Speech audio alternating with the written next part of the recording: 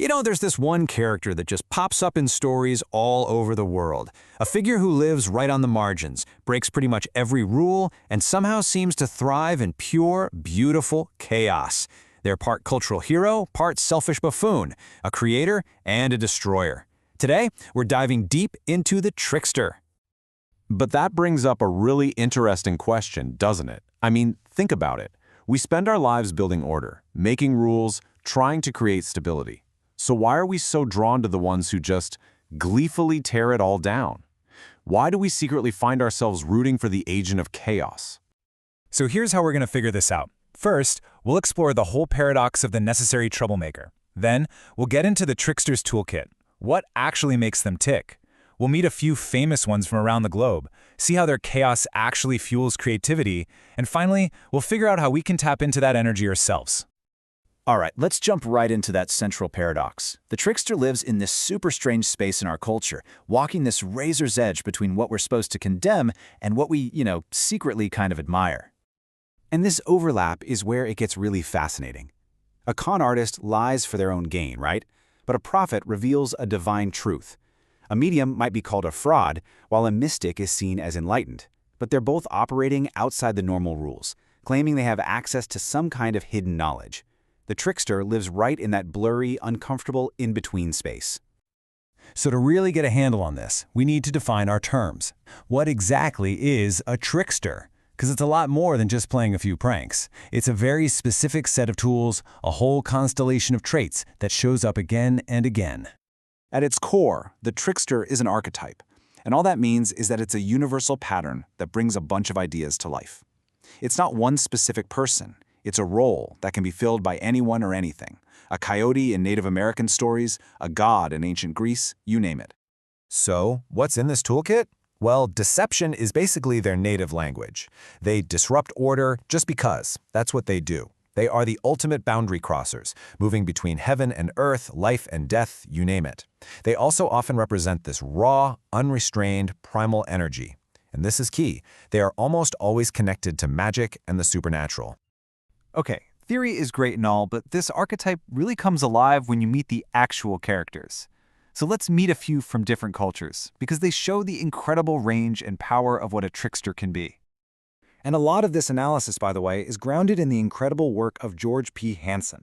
He dug into the deep connection between this character and paranormal phenomena, showing that this isn't just about old myths, it's about a fundamental part of the human experience. First up, let's talk about Hermes, the Greek god. He's your sophisticated, clever, charming trickster. Literally on the day he was born, he stole his brother Apollo's cattle and then just lied his way out of it with a smile.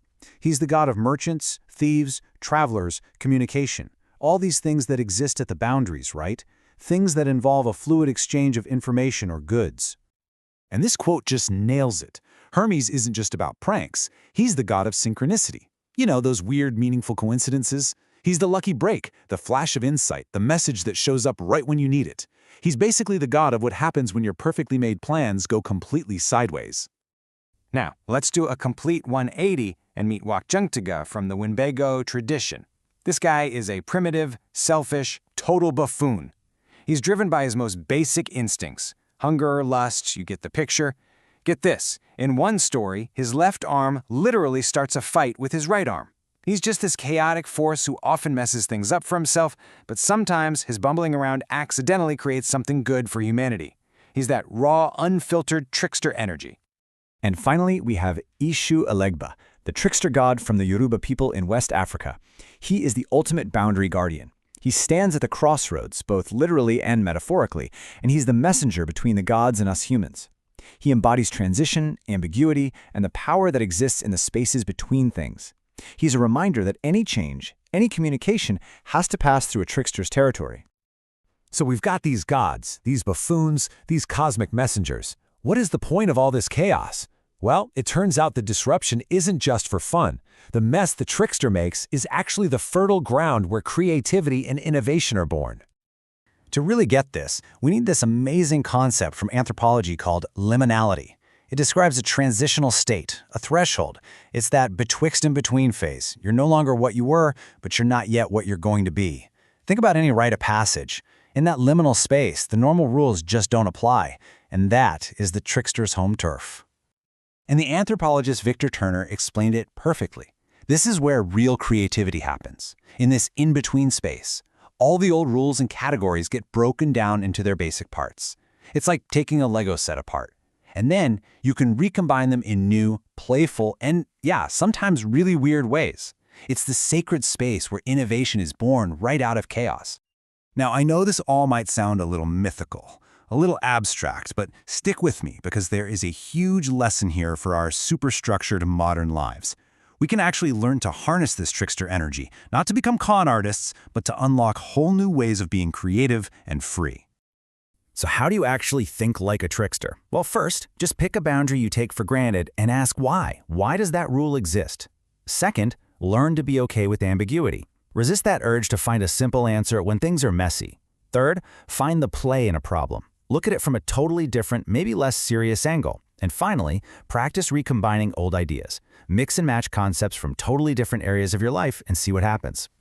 You know, the scholar Barbara Babcock boiled this all down into 3 perfect words. What we need for creativity, for real change, for genuine freedom is a tolerated margin of mess. It's that space where things aren't perfectly neat and ordered. It's the room for error, for play, for the unexpected connection. Without that messy little margin, everything just becomes rigid and stale. And so that leaves us with one final thought. The trickster isn't just some character in an old story, it's a force that challenges the very structures we build around ourselves. So take a look at your own life, your job, your relationships, your way of thinking. What boundary, what rule, what assumption needs a little bit of that creative chaos?